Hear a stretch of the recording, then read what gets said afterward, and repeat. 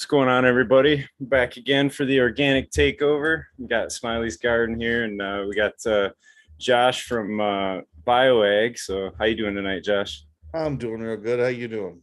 Good, man. Doing really good. I'm excited to have you on, dude. I'm a really big fan of Dr. Faust and the work he's done.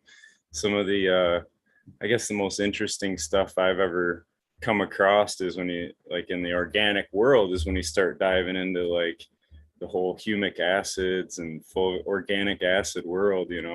So Mhm. I really appreciate that you coming on to kind of have some conversation with it. So. Hey, no problem, man. I've been a huge proponent of using humic acids and fulvic acids for years. It was one of the first little tricks I learned years ago working at a grow store in my early 20s. Someone was nice enough to show me a couple of tricks with some foliar sprays, and I was hooked. And I've been using some variation thereof ever since. Back then it was all hydro. Back in the early 2000s, late 90s, everything was hydroponics. That's all we did. There were a couple of soil guys around, but that was it seemed like where my store was, it was kind of the line in between. Everywhere north you found more hydroponics, and the further south you went, the more soil you found because it was easier to grow outside. I'm right at the 45th parallel in Oregon. So, it all depends on that year. Sometimes it's nice and dry and you'll get a nice, good harvest outside. And sometimes that rain comes early in September and all you get at the harvest is mold. It's just the luck of the dice. Luckily, it's been drier lately, but, that isn't necessarily a great thing.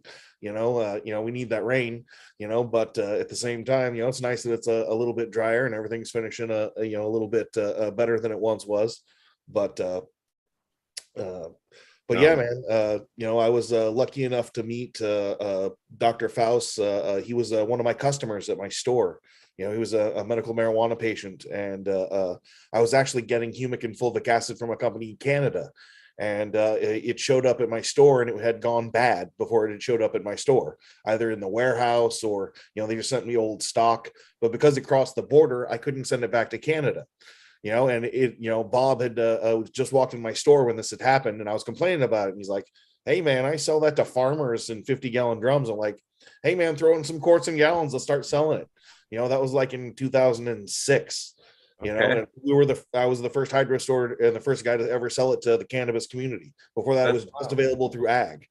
In fact, almost everything we sell, with very few exceptions, with the some of our new products, and they all came in 50-gallon drums and 50-pound bags before they came in quarts and gallons. That was for sure. Yeah, that's what's cool. Like I mean, like when you talk about something coming from the ag world, it's got to be cost effective and it's got to work. You know what I mean? So something like that is kind of a big signal in my mind. Like, hey, Oh yeah. this is popular for a reason too. So Oh yeah. And the big thing is ag pricing. The pricing that has been available to cannabis farmers for the last 30 years has been ridiculous. It's been a continuous line of snake oil, and $300 bottles of mystery stuff that usually boils down to the same three ingredients. Some sort of humic, some sort of seaweed, and some sort of silica. And you can buy them usually separately cheaper, or you can find a nice readily available source of any one of those combinations in a high quality from a company that makes those specific products, yeah, like BioAg. I mean, if you go to a company that makes fertilizer, they'll make some good biostimulants, but their deal is fertilizer, not biostimulants. If you want something specific, go to someone who does something specific. so speaking of that, like, what? How would you define the difference between a fertilizer and a biostimulant? The big difference, the fertilizer is got usually several of your more than two of your macronutrients, nitrogen, phosphorus, and potassium, and usually an array of micronutrients. Where most biostimulants have, if they have any fertilizer value, it's usually just micronutrients or one of those three fertilizer values of macronutrients. Like a good example is amino acids. A lot of amino acids have got a good nitrogen content to them, but they have a similar effect that humic and fulvic acids do in that they catalyze certain types of fertilizers and make them more available with that fertilizer value. Plus they're very easy to add micronutrients too. So it's very easy to have an amino that's got calcium in it. It's very easy to have an amino that has boron or copper or manganese. Those are very easy to put together, and then it's very easy to blend those together for a specific blend. Like the multi-amino that we just came out with, where it's a micronutrients blend that's based that is a soybean hydrolysate based micronutrients supplement. But it's not a fertilizer. It doesn't have, you can't just grow a plant with only it. It's used with a fertilizer to make it more efficient, or to reduce or prevent a deficiency. But it just depends on how you're trying to use it. A lot of organic farmers like to use those micronutrient tinctures as bloom boosters and bloom builders, especially at the beginning of flowering. If you add micronutrients, especially at the beginning of flowering with organic flowers, you can reduce the amount of yellowing you have in your third and fourth week and get a much harder and larger flower set than without it. Your micronutrients needs tend to double and triple for that first 2 to 3 weeks of flowering. And if you can supplement that with either humic acids and micronutrients or amino acids and micronutrients, you can get a lot better flower set, be that through foliar spray or through the root zone, or if you can, a little bit of both. If I can, I like to do a little bit of both. That way, I'm not putting too much of one in either way. And if I can foliar spray, I find I use a lot less to get a lot further. I'd much rather foliar spray silica than water it on my plants, but I like to do a little bit of both. But it just depends on what I'm trying to do and what type of soil I'm dealing with. Yeah, so that's interesting. So those aren't even listed as a fertilizer then, even in the amino acid forms? It just depends on what state you're in as far as it being listed as a fertilizer. Sometimes that gets a little complicated, but as far as I know, it does have a fertilizer value to it. So it does have nitrogen, so it does have, a lot of good N in there, but you'd still want to use it as a piece of a fertilizer program. You wouldn't want to use it by itself. My favorite way to use biostimulants in an organic fashion is with a highly amended soil, where I've got all my good stuff in my soil and I'm taking different types of biostimulants to pull the right stuff out at the right time to give me the effect I'm looking for. So I'm going to use fulvic acid a little bit all the time, and that's going to build me bigger roots and bigger stalks in my bedroom. I'm also going to use humic acid because that's going to add carbon to my soil, and it's going to help feed my micronutrients, and it's going to help hold the nitrogen in it so it's not being bleached away as I water my plants. So, but I only use my humic acid in my bedroom because it's such a slow burn and it takes a while for it to really do its thing. I only use that in veg and very early flower. I particularly like using it with my compost teas. That's my favorite place to use my humic acid. Is when I'm fortifying a compost tea that I like to use at least every 10 days in my garden. Gotcha. So let's rewind this a little bit. When you mentioned humic and fulvic, and those are terms we've all heard before, and a lot of people talk about them all the time. But I'd like to kind of break it down. Like, how do you describe the difference in them, and what you look for? That's very simple. The simple analogy there is think of it like diesel and gas. Humic acid is the natural form. It's the diesel fuel. Fulvic acid is extracted from it. So most, all good humic acid has got a fraction of fulvic in it. Like our humic acid, the stuff that we sell at BioAg, is like anywhere from 30 to 40% fulvic acid in the humic acid. Whereas some humic acids, when they manufacture it, they separate those two and they sell them separately. We don't do that. We make one for humic, and then we have a different source to do our fulvic. And those are done in two separate ways. One, our fulvic is a cold process, and it's very, very different than how we make our dry humates. But one, whereas with the humic acid, you do get some fulvic in there, but primarily you get a lot more of the other stuff, that helps uptake the micronutrients and the little bits of stuff. That's really the big difference. Is this is going to condition the soil and help with micronutrients, and it's going to help hold the soil together. Where the fulvic, the extract of it, it's going to more focus on uptake of those big 3 hard to break down micronutrients. it's going to go attach itself to the humics and fulvics, but really it'll do it for everything. But that's where I see, the big differences, so one's more of a refined, active version of the other, but with my fulvic acid, I use it pretty much with almost everything. I mix it with almost all my foliar sprays, and all my rooted plants. I mix it with all of my fertilizers and all of my insecticides and fungicides, Really? especially if they're bacteria based. You get the same benefit from mixing fulvic and humic with bacterias, no matter if they're humic or a mycorrhizal for your roots, or whether it's a bacillus for your leaves. You can get a little bit more oomph out of it by adding humic or fulvic acid. I particularly found that when I got to do a root drench, one of the problems that we have here in the Northwest are root aphids, and root-borne bugs like fungus gnats transmitting diseases. And, it's a big problem, and if you, ignore it, it can get out of hand, and all of a sudden you got a disease problem and you got to replace the whole stock. It's happened to me in the past. So what I do now to prevent that is I use a lot of different types of bacterias, but sometimes some of those can get kind of harsh on the plant, especially if I know I have a problem, and I'm using something, really strong, like one of those, what was the one, Botanigard, or what was the other one? Bacillus thuringiensis. Yeah, there were so many good ones. There was that one company that does Venerate and Marone Bio or whatever. I think so. Yeah, those guys. They've got a whole line of different types of regalia and those guys. But I found when I used those and I used them heavy, it'd make my plants, they'd get upset. But if I added some TM7 in with that, this is actually a trick that I learned from the guys at Shango Garden in Portland. Okay. If I added TM7 or Cyto Plus in with that, then I get no stress. I get no, wilt. Really? Go right through it, and it's not an issue. Okay.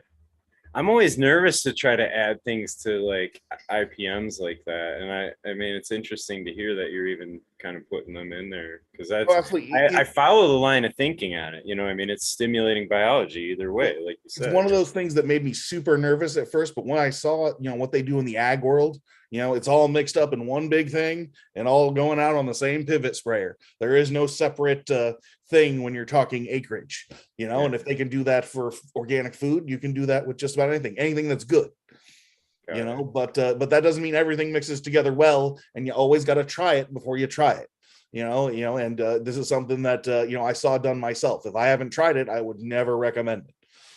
But that's you always got to try it with your plants and your environment, because it's always a little bit different, with the different lights and different plants and different places, different bugs, different heats. What works in dude's house, in the basement over here isn't going to work the same in the shop on the other side of town, or let alone on the other side of the country. There's just a different type of things that you have to deal with, in different parts of the world, and you just got to roll with those punches where you're at, and adjust accordingly. Well, it's like tuning the engine, if you live in the mountains, you tune the engine a little bit different than if you live, at sea level or whatever. Absolutely. It's kind of natural for things. Mm-hmm. But I've always used the full power, the fulvic. I've been a big fan of that. And then I never really messed with the humic acid in the soil. And like, I know they got the full humics, but what would how would you convince me to want to use that in the soil, or why would I try to? Well, the big thing that you can get is you can get a very similar effect that you can get with your full power, but you can get it for a much reduced cost and a much reduced amount. I sell 3 different types of humic acid. I sell full humics, which is just a straight humic acid, water soluble, and then these are dry form powder, right? Dry formulas, dry powders. Then we've got TM7, which is the same thing but fortified with a blend of micronutrients that's specifically designed for microbial growth. And then we've got Cyto Plus, which is all those other things plus soluble kelp. So you've got humic acid, organic micronutrients, and soluble kelp. That was originally designed as an organic flower trigger by Dr. Faust for tomatoes on a large scale. So you can use it as a foliar. I'm sorry? The Cyto Plus is that? Yes. Wow. All right. That's what, back in the day, so he was the one, because I always used to, that was a trick that I learned years ago is, mix humic acid with seaweed and spray your plants at the beginning of flower, and you're going to get a lot better flowers and will have a lot greener plants that don't need as much, fungicide or insecticide later on. Well, it even works in veg too to help keep them a little bit more absolutely branchy and bushy. I mean, they don't stretch as much, I guess. But all three of those humic acids, you only use anywhere from 1/8 of a teaspoon to 1/4 of a teaspoon per gallon. So one little 100-gram package for anywhere from $12 to $18 is going to last you several cycles, because you don't need that much of it. You don't use it every water. I only need to use it once every week or so. So I use my TM7 or Cyto Plus. I'm only using those once or twice a month. And my full humics, I'm using it in my bedroom, especially with my really young plants. I love to use it on my seeds. I love to use it as a seed soak. I've seen great results, especially with old seeds or hard to pop seeds. If I add humic acid to the mix, whether I'm soaking it in a towel or whether I'm putting it directly in soil or whether I'm putting in little, starter cubes, as long as I've got some humic acid in the mix, I seem to have a lot better luck than without it. Okay. Now, is the seaweed, is there a hormone? Does that bring in the hormone component to it too? Like the yes, it's also adding some good micronutrients in there, and all the good stuff that seaweed adds when it. Seaweed's a great biostimulant by itself. It just depends on where you source it from, and I guess there's lots of different types of seaweed to choose from. I've always liked using different types of seaweed or alfalfa in both in my soil and in my compost teas and in my foliar sprays, in liquid and in dry form. But it's hard to beat some of the dry formulas as far as like cost, and the fact that they keep so long. A lot of those liquid products have got a very short shelf life.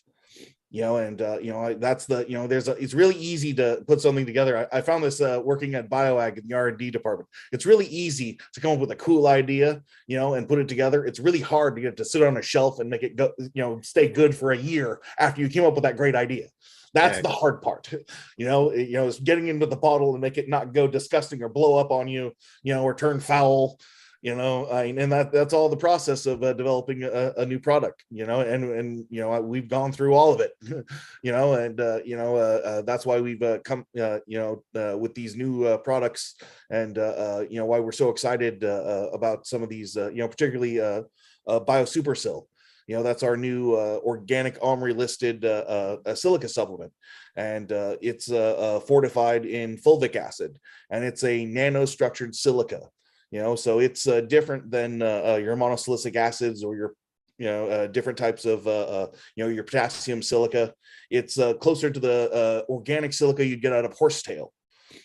So it's from what's been explained to me, I'm still learning all of this, but it's the shape and size of the silica that dictates whether it's harsh or whether it's dangerous or whether it's available to plants. So some silica is a glass, so sometimes it's sharp and sometimes it's rounded and sometimes it's very jagged. So I guess the nanostructure stuff is supposed to be less jagged and more available, and in my experience has been the easiest to use silica I've ever used, especially as a foliar spray. I've never had a plant that hasn't loved it, and I've never applied it and seen a negative effect, by itself. But the trick that I found with it is that I can take a plant that's sick, that's come from a sick garden where it's been beat up from bugs and fungus, get it to turn around in a couple of cycles in my bedroom, just by growing it up to about a foot size, taking cuttings again and then starting the cycle again and then respraying it again with BioSuperSil about 4 times, and go through that cycle. And by the time I get to a 2-gallon twice, I've got basically a brand new plant again. It's helped, build it out of, I've only had, out of the half a dozen cuttings that I've picked up out of dispensaries in the local area in Eugene, most of them have come with an issue. Either they were beat up from something, or I stick them in my bedroom for a couple weeks and then powdery mildew starts to pop up, so then I got to isolate them, and then I got to decide, do I really want to keep this, or do I want to, try and treat it, and then I decide by treating it there for a couple weeks, is it even treatable? Like they've identified the genome in marijuana that, once it gets powdery mildew, it'll never go away. So now that that's been identified, it can be bred out of the plants. It's just figuring out, which plants have that and not letting them perpetuate, and adding something in there that's going to, reduce the likelihood of that popping up as a phenotype or as a genus. That's interesting, man. So on one of the conversations about the Biostimulant, it's a product I've been really interested in, because just in my past trying to hunt down info from Dr. Faust, it's like I've heard him mention a few different times that he did a study on limiting factors for crops, and what he came up with was that it was the availability of humic acids and availability of monosilicic acid were the two limiting factors and all. Do you know what I'm talking about there? Yes, I do. It's most soils, particularly now, are starving for silica. It's it's a very common element, but a lot of plants need a lot more than what they're getting. And if you can add that to a plant, you can make it way stronger than it is without it. And it has so much benefits for so many different types of plants. Same with adding humic substances to different plants, and to different types of soils. It's a huge benefit. You can reduce the amount of fertilizers you're using. You can help condition the soil as you're growing plants in. And that's an absolute benefit. The overuse of fertilizer and the waste of it, is one of the biggest problems we have. And if we can help correct that, and get a better product at the end, that's exactly what we're shooting for. Efficiency. Yeah, exactly. And, sorry, I'm going to jump around a little bit on you, I guess. But back on the fulvic and humic, there was one thing that I was curious about. And I heard Dr. Faust mention that the humic acid can stay in the soil, and there can be, so like if you're adding it every time, is there buildup in the soil that can happen? And is it depends on how you're adding it. Like most of the if you're taking humic acid, like the dry powder, and you're mixing it up at full strength, and you're watering that on every time you water, it will accumulate into the soil in a significant amount over time. But that's, kind of a waste. The whole point of using a humic acid is to, especially a dry humic acid and watering on, is, the awesome part that it sticks around in the soil, so you can space out those waterings. Especially when you're talking big ag, they're lucky if they can use a humic product, 3 times a year. Right. Yeah. So they got to get the most bang out of their buck. So they're going to want to use as much as they can, as few as they can, to cover as much as they can. And that's where a lot of these, that's where a lot of Dr. Faust's formulations come from. They come from the idea of not, this isn't going to go for 100 pots, under 100 lights. This is going to go under 100 acres, with 100,000 plants. And that's the idea behind a lot of his products. That's why, BioSupersil, instead of, buying, a 50-gallon drum of a potassium silica and watering your fields with it, at 2 to 3 mils per gallon, you're taking BioSupersil and you're spraying your field, at anywhere from 8 to 15 mils per gallon. But you're doing that, once, so much less. So you're, where you were using a 55-gallon drum, you can spray that same amount in like a couple of 5-gallon jugs. So where a guy was using, a gallon of a very expensive silica, he can get by with a 5-gallon jug of BioSupersil, which is less money, and it's going to cover more space because he's going to be spraying it instead of watering it on. But you can water it on. I have particularly. I didn't think it had much of a benefit for watering on, because I didn't see a lot of benefit from it in my experiments. But most of my experiments, I was using soilless mix, not organic soil.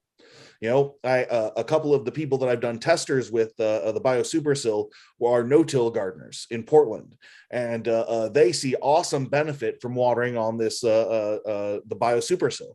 And I asked a couple of different scientists that know way more than me about silica, okay, what's going on here? And they said, a couple of things are going on. When they're watering it on, it's helping break up some of those heavy metals that you don't want, the arsenic, those bad heavy metals that go in your cannabis plants and make you piss dirty for heavy metals tests if you have those in your state. This helps those, again, accumulate in the soil or flush away with the water, so it's not going into your plants. So it's not being a danger like it was. Was one of the in fact, you see a lot of the higher end hydroponic fertilizers switching to that now, where you if you look at their salt leaching solutions, a lot of them have silica in them now. And that's for drawing out those micronutrients and those heavy metals that they built up through using those synthetic salts. You can have a very awesome effect by using silicas in your soil that way. But also in those no-till gardens, you've got all these crazy different microbes. And so, just like there's nitrogen fixing bacteria and phosphorus fixing bacteria, there is silica fixing bacteria. I am just learning this. I had no clue. I'm like, this is awesome. I need to bottle this and sell it. I need some of it in my garden right now.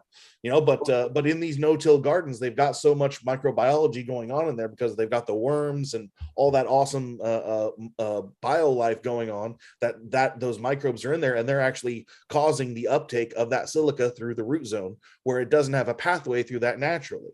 The ionic or the nanolyzed silica doesn't have an ionic bond, so it does not have a pathway technically through the root zone. But because it's fortified in a fulvic acid, it does have a pathway through the stomata.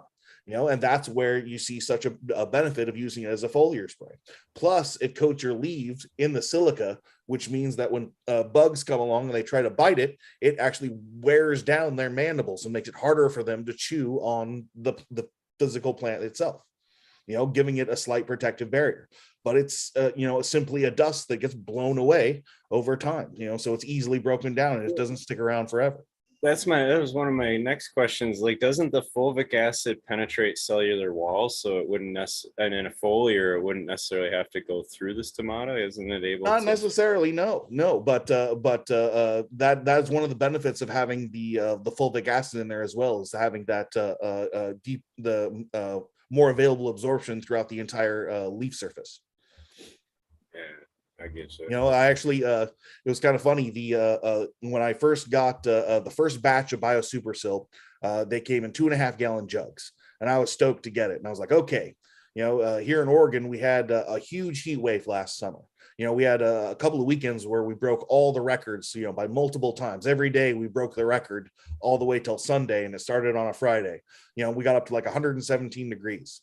So, we knew it was coming, so I call up my friend at 45th Parallel and I say, hey man, that's an outdoor cannabis garden in Dallas, Oregon. And I say, hey man, can you spray a plant for me? And, let's see what happens over the weekend. He goes, yeah, sure, man. Not a problem. Drop it off and, we'll check it out.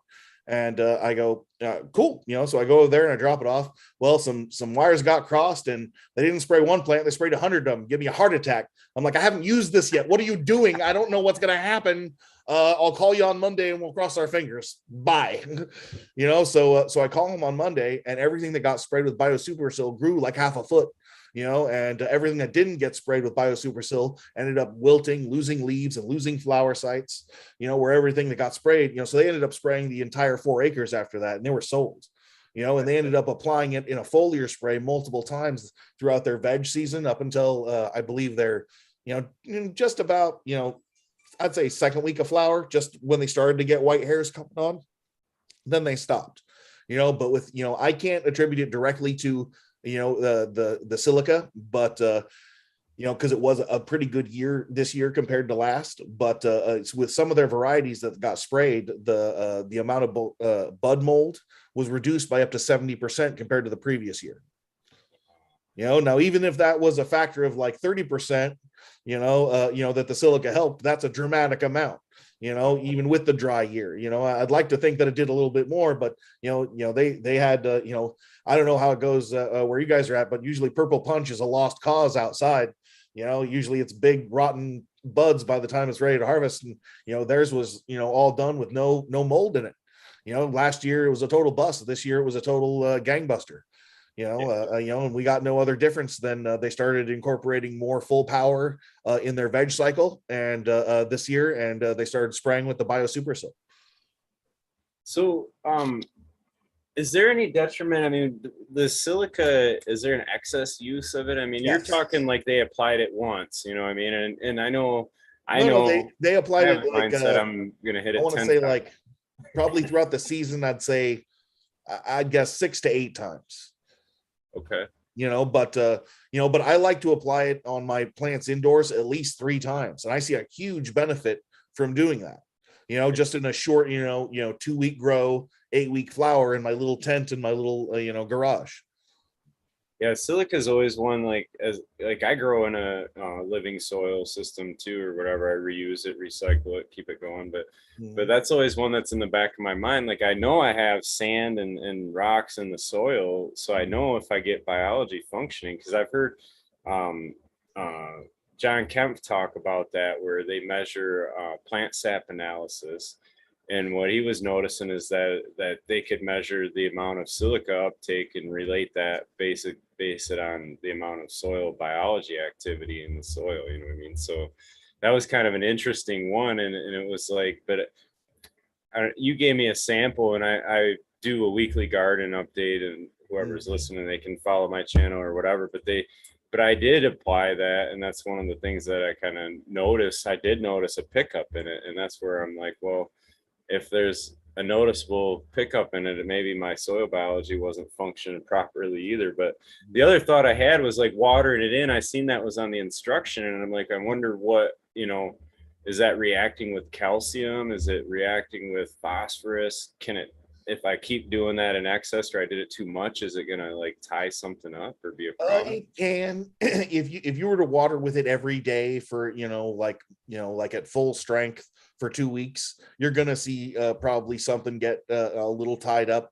I didn't see any toxicity in sprays until I got close to almost a 50-50 water to Biostimulant mix.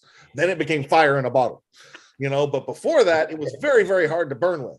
Okay. Like when they applied that stuff out at 43rd parallel, it was 80 degrees outside when they applied it. And I was shocked that they didn't get any burn or pissed off plants from that, but they seem to just love it. Like in my little bedroom, I don't even shut my fluorescent lights off when I spray it now, on my plants that are taller than a foot. I got no need to. Under my big lights, if I'm running any HIDs, I do. If I'm running my LEDs, I'll dial them way down. Right. But most of the time I'm vegging under my little lights and flowering under my LEDs, just because of, little space. And like, how guys will say that you don't want to spray oils and then sulfur. Is there any kind of a weird one that you want to watch for with the silica if you're applying that foliarly? Not that I've seen. I have seen some issues of mixing Biostimulant and some silicas directly with certain sulfates, in the bottle as a spray, before they're applied. But that's why you always do a jar test before you apply anything. And before you spray anything, I always say, try it before you try it. Take one leaf of one plant of every variety, spray it, check it in an hour. If it's cool, it's cool. It's a foliar spray. If it's burned, you'll find that leaf curled up and you'll see the leaves around it angry, in which case adjust your spray. Because every plant is a little different. Some plants, I find most, 70% of my plants, they're going to get along as they get along, but they're those ones, there's those, those old ancient, OG Cushes, those train wrecks, and they're just finicky, and it's either the nitrogen, or they, they just hate us something. There's always something, and either they grow too big too fast, or they're so damn slow that you can't get them to grow an inch in a month. But it just depends on how you have to manipulate them. But that's because they're at the, at the end of that genetic spectrum, but that's where, incorporating biostimulants, you can take an old plant like that and you can make it a feasible thing again. by whipping it back into shape, by getting it as healthy as you can, as long as you can, and building it up. As soon as you take a plant and you build it up in a healthy environment, it wants to thrive, as long as it's not too broken. But with all these hybrids out there these days, I always compare it to dog breeding. So it's a world full of pugs. They're beautiful, they're great to play with, they're great dogs, but you might have to spend 10 grand to fix his back after 3 years. Just because there's something wrong there. It's too inbred. There's too much across of a cross of a cross of a cross. That's not right. That's like the American Bulldog or whatever. Right? Yeah. The Dalmatian. Yeah, that's interesting. So now, when they other brands, like potassium silica is an interesting one, but like usually when you're mixing that, you got to do that at a certain timing. You want to mix your fertilizer first or whatever, and a lot of times Silica will adjust the pH. Is there any kind of like procedural stuff that you should be mindful of with the BioSuperSil? Nope. BioSuperSil's got a pH of about 7. So it's right about neutral. So it's not an issue. That's one of the things that I like about it the most is it does not mess with my pH in any way. And it doesn't react with anything either. Like if I it can with certain types of very strong fertilizers. If you were to mix it with a really strong concentrated like a hydroponic fertilizer, I'd be weary. It could be fine, but I would definitely want to spray test that before I applied it to a large space. Right. Because those are you're pushing that line, because you've got high amounts of silica, which makes stuffs available. Then you've got high amounts of fulvic acid, and then you've got a readily available chemical fertilizer. All three of those things are going to combine to a burn unless something is reduced, either the amount of one of those two things or that fertilizer. The whole idea of using those products with a chemical fertilizer is to reduce the amount of chemicals so you can use less chemicals to cover more space. Gotcha. So that would be the compromise there. But yes, so probably dial you wouldn't want to be. Always use less than recommended. Like on our BioSuperSil, the recommended dose is anywhere from 15 to 30 mils. Most of the time, I'm using 10 or 5. But I'm growing really small plants in my garage. If you're growing great big old plants and you're only spraying them once a month outside, yeah, sure, spray them with 30 mils when they're 4 foot tall, under the great big old sun. There's nothing wrong with that, but the amount you spray and how often you spray dictates how much you use. The more you use, the less you use. So if you're spraying once a week, you're using, a quarter to a third strength of what you'd use if you're spraying once a month, and how big that plant is dictates how much you spray.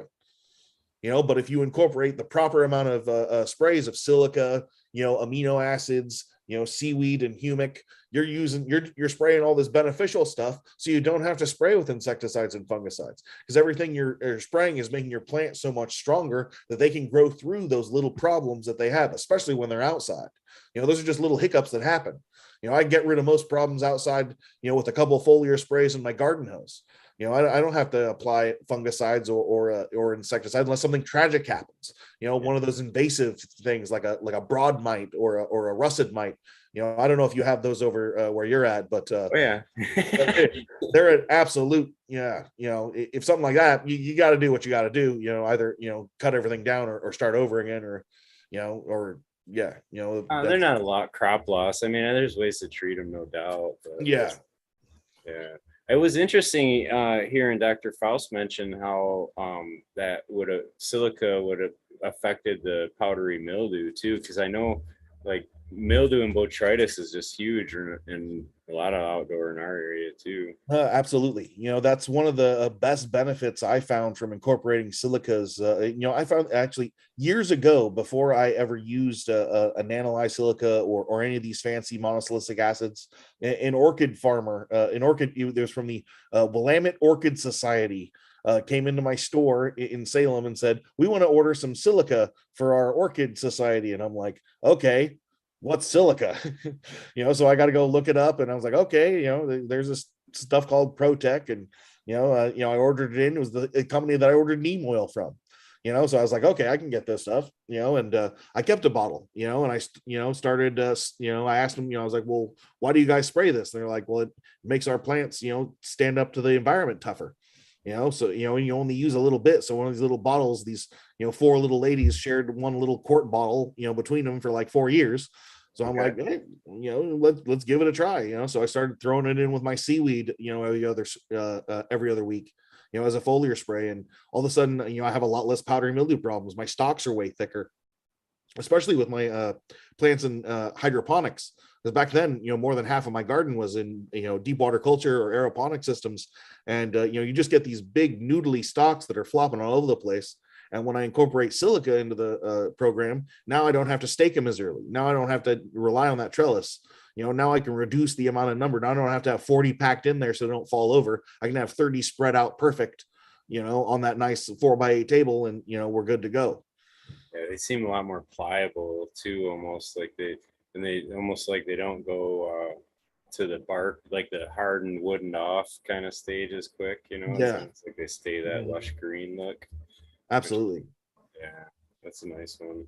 So Oh, but to go back to a point that you were saying before about overusing silica, okay. one of the big things that I've noticed over the last several years with the advent, a lot of these higher end silica supplements, that are out there, these, in my opinion, overpriced silicas. I love the way they work. I've got no complaint in how they work at all. I'm very insulted on how they sell it and the prices they sell it for, because I find no justification behind those numbers, none at all, from where I sit.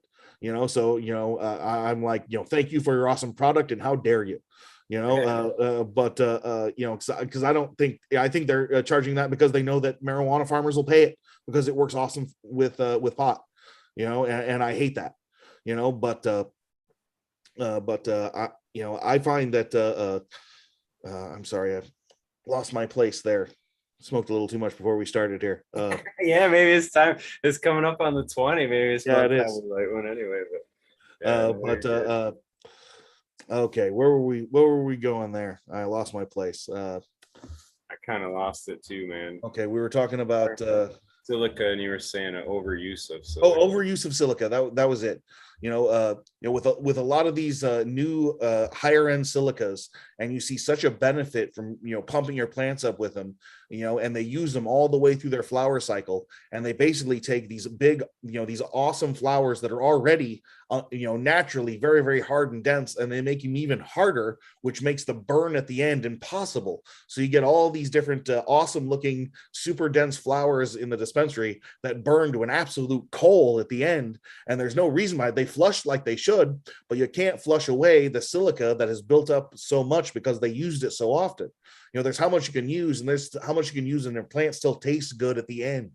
And if you're growing some commercial thing and you're just using it like insurance to wrap your plant in some sort of a steel barrier, I think you're doing it wrong.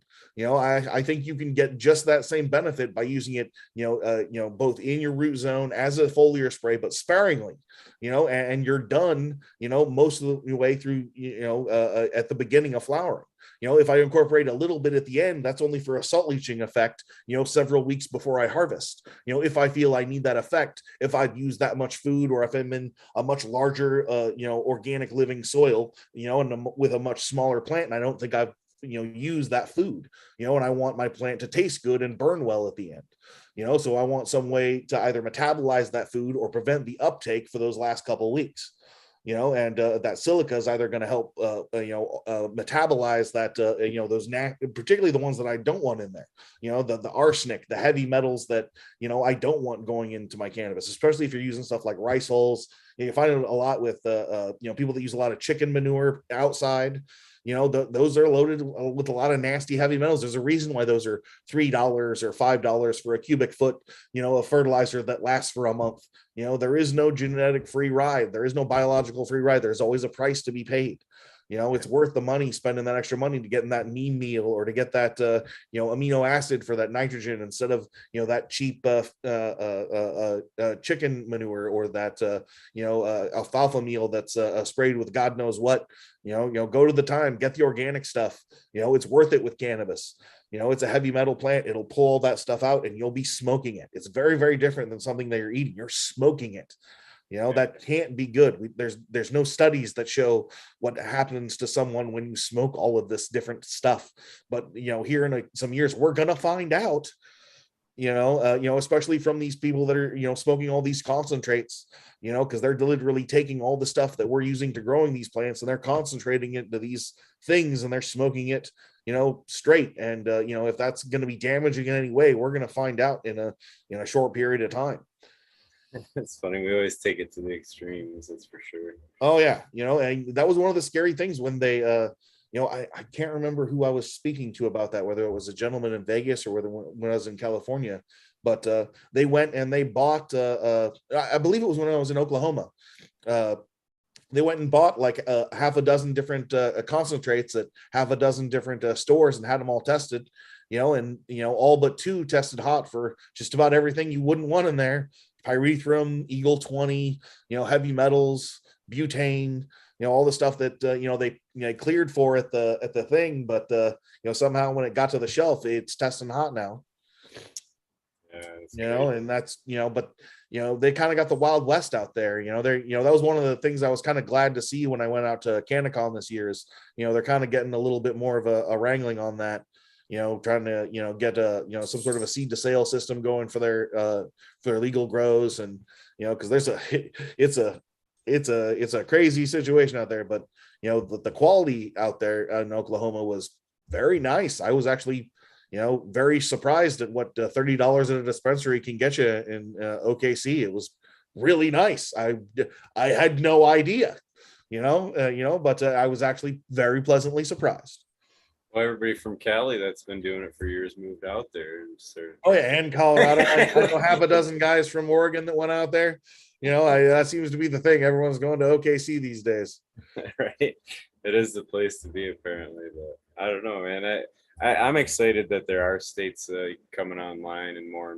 Oh yeah, Virginia, now New Jersey. The more the merrier. I think we're the predominant one now. I think there's like 3 places where there's nothing, like Idaho and Utah and one other. Everyone else either has medical or legal or both or some sort of facet. There, Louisiana, Mississippi, they all got something now. It's down to 3 now. That's down wild. to 3 now. Wow! Shout out. Yeah. Shout out to drugs for winning. Yeah. Yeah, it's interesting because that's going to be a total shift in a lot of things. Like the federal government has to do something, I guess. Yeah, I really hope that the federal legalization comes through. It's all this ridiculousness with the banks and people not be able to take their money and conduct safe business because they're worried about the bank can't do so you get these places they can't expand their businesses, they can't get business loans, they have to carry ridiculous amounts of cash to do anything, so they're a risk to be robbed by everyone.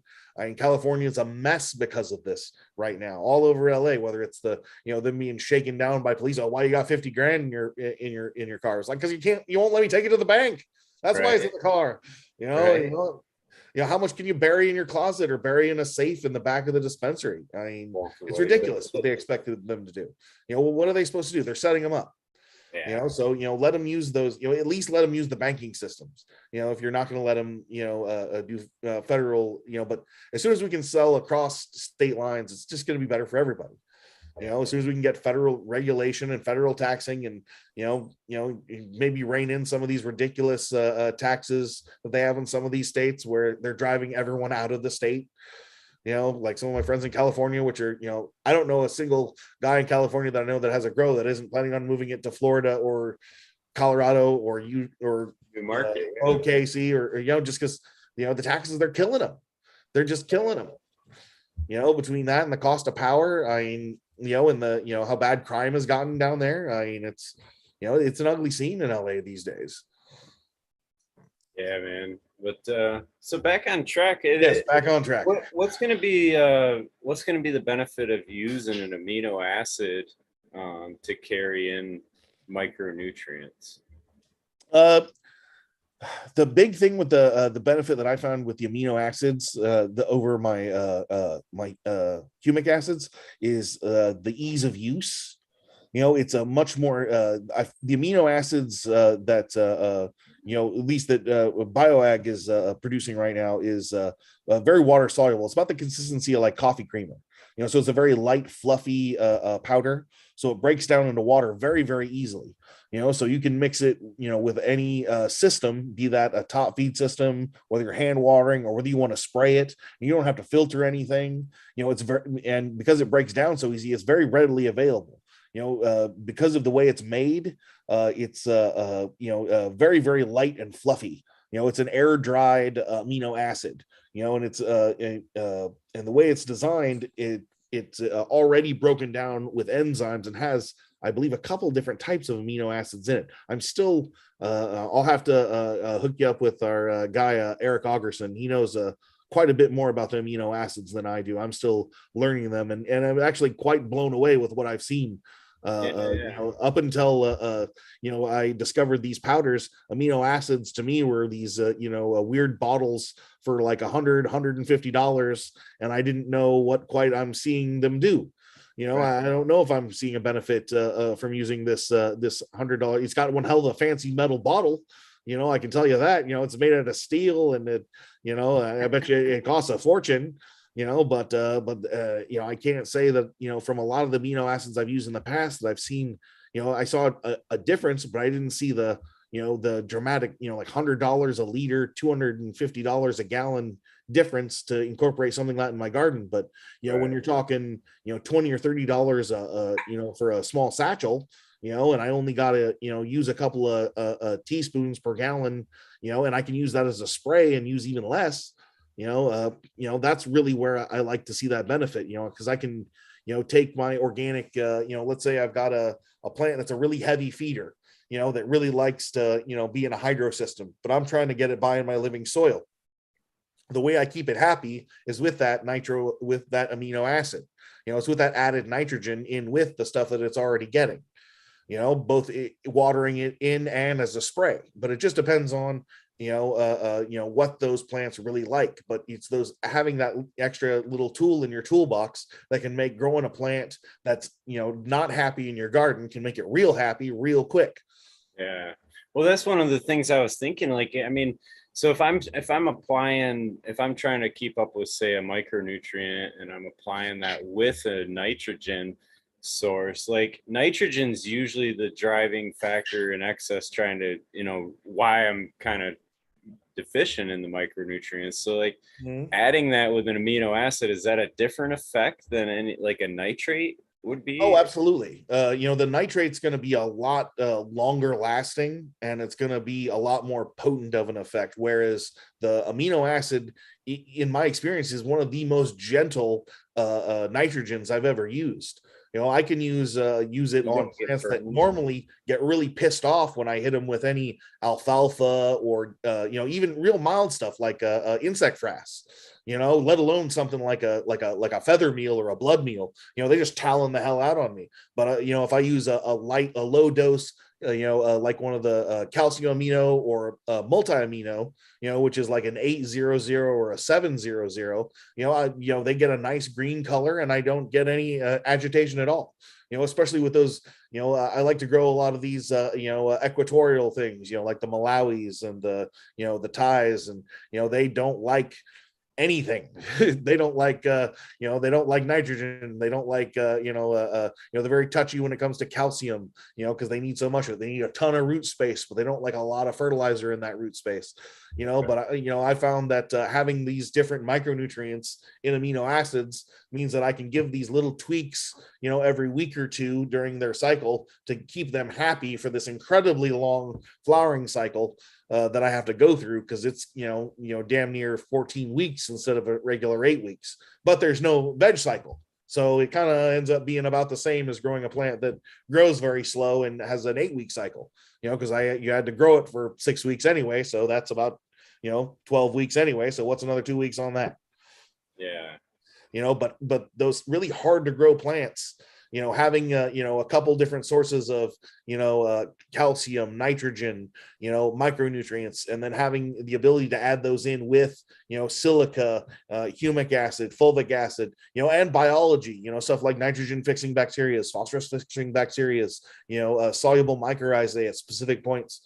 These are how you get bloom enhancing and lots of different effects that normally you go to the hydro store and you pay $200 for the bottle of super bud booster, that's just a 10-40-10, and it's got some some perfume in it, so it smells good, but it's got a really cool looking flower on the front of it. You don't have to buy any of that stuff. There's different stuff out there that you can use, that's has little to no fertilizer value, that is a stimulant that you can use in conjunction with the fertilizer you're using already to get those same effects without having to spend that extra money.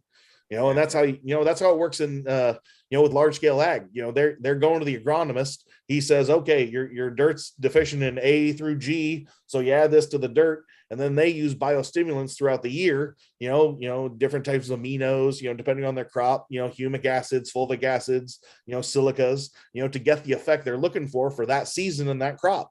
Growing our plants is no different, especially when you're talking with a highly amended organic soil, because everything's in the dirt. It's all there waiting for you. You just got to make sure that it's readily available. There's not too much salt, and that it's in some sort of a relative balance for the effect that you're going for.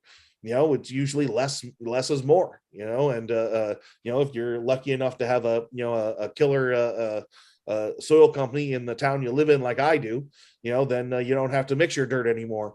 But I am very spoiled because I live in Eugene, Oregon, and I got pardon me, a soil company down the street that's run by a friend of mine called Organic Matters. And it's a highly amended soil that's got everything in it, and that's all I use. In fact, a lot of the better high-end those gardens we were talking about before, that's all they use. All they use is organic matter soil, and bioag stimulants, and that's it.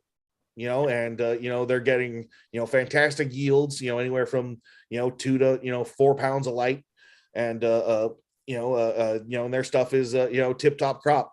It's all organic, and they didn't have to hardly do anything for it. All you need is a top feed system, and a doser, to dose your fulvic acid, and then you hand water on your stimulants or spray them on as needed.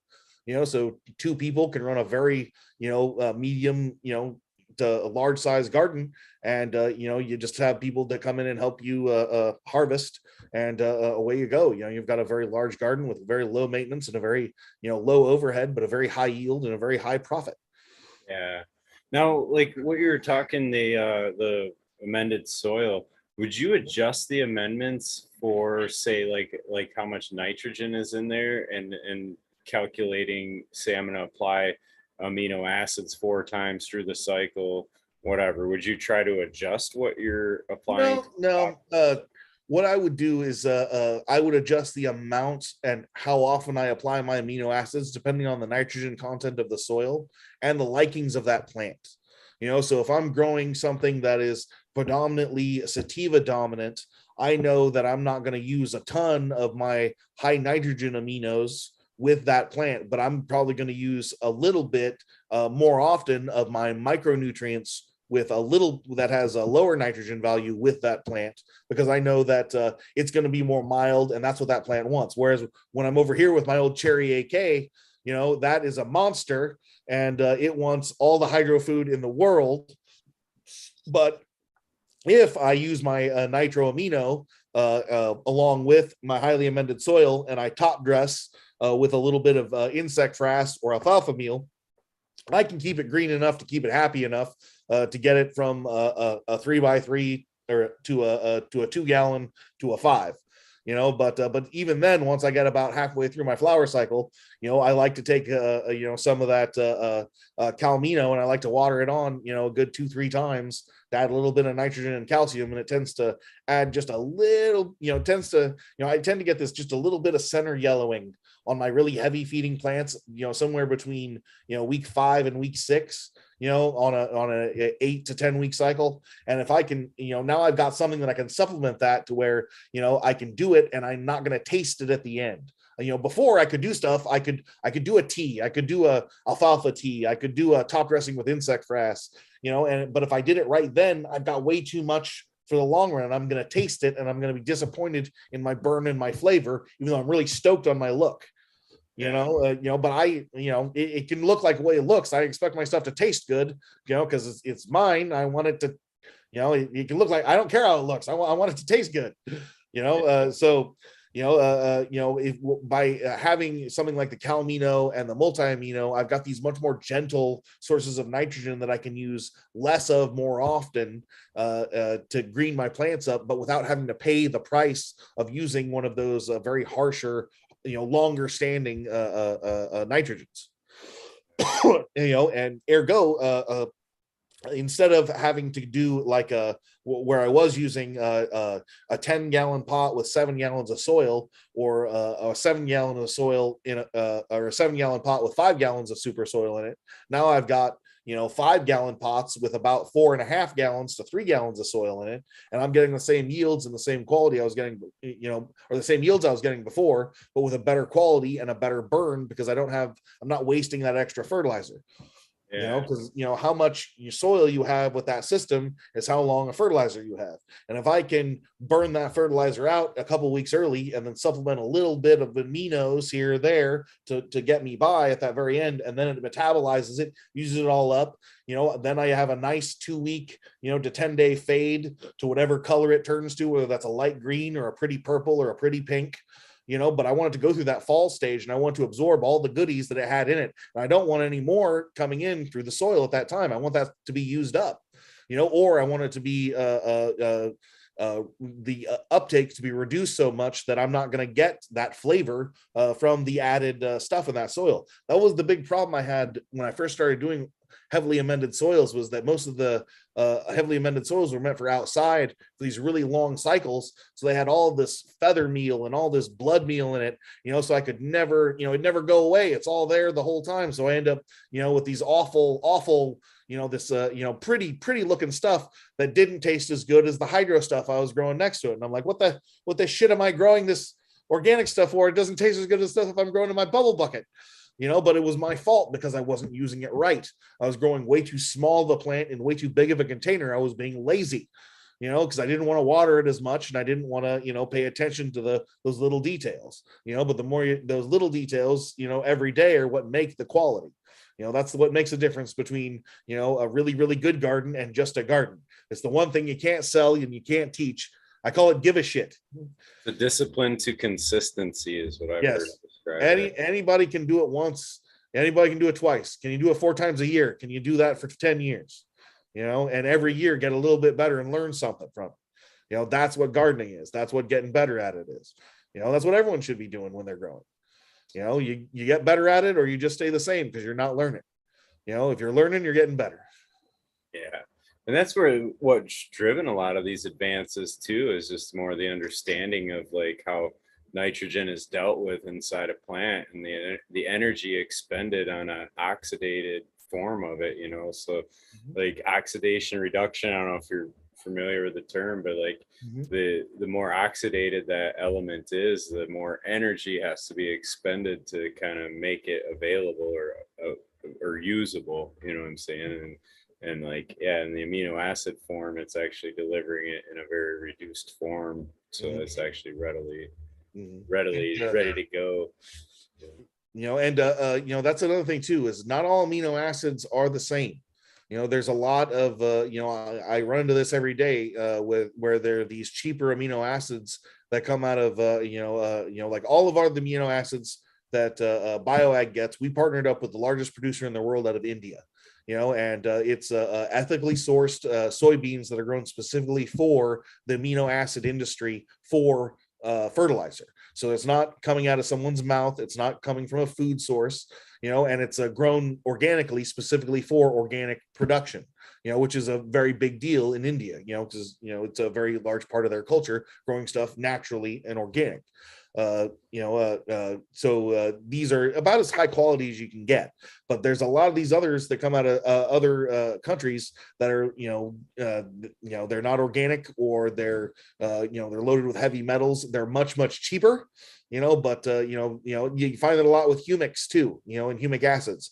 Just because it's a humic acid doesn't mean that it's good. You need to check that that MSDS sheet and check those heavy metals. Make sure that it's not doesn't have a lot of arsenic. Make sure that it doesn't have a lot of cadmium and bad stuff that you don't want in your garden, because there's a lot of that stuff out there, and there's a lot of misconceptions where you see these bottles of stuff, where it's like, oh, this is a bottle. It's got your amino acids. It's got your humic acids. It's got your fulvic acids. Oh, look at this. It's got, it's 50% humic acid. It's 30% fulvic acid. It's all this stuff where, and you look at it and it's black as used motor oil, and you only need to use 2 mils per gallon. If you're only using 2 mils per gallon and you're getting a benefit from it, I can guarantee it's not the fulvic acid that's doing it, because you have to use it, to be a fulvic acid. It's actually the way they tested it's a color spectrum. To be a fulvic acid it's golden. It's a golden color, and to judge that fulvic acid, they actually have a chart where it's got pictures of it from almost a light white all the way to like a kind of like an off brown, and the best stuff is right there at a honey gold. And that's the most pure fulvic acid that gives you the best effect. That's not necessarily, the stuff with the most humic acid in it. That doesn't necessarily make it better. In fact, a lot of the times with the added, depending on where they source their humate source from, it can have a lot of stuff you don't want in it. A lot of this, basically mine tailings, heavy metals that you do not want, particularly for your cannabis garden, especially if you're going to be consuming anything that you're producing. Yeah. Well, like what you were describing with the diesel versus gasoline, kind of the way I understood that from Dr. Faust was like, it's the fulvic is an alkaline extraction, and the humic's an alkaline, and the fulvic is an acid extraction, kind of. And they're actually a lighter molecule, which means it's like a smaller carbon chain, basically, was my understanding of that. Because he always describes it as not one thing, it's acids. Oh, so yeah. it's like, thousands of different molecules that are in that, what I mean? And he always describes them as carbon fractions. So like in my mind's eye, that's like the end of digestion, what I mean? Like it's all these different chunks of carbon with a little bit of this on it, or a little bit of hydrogen.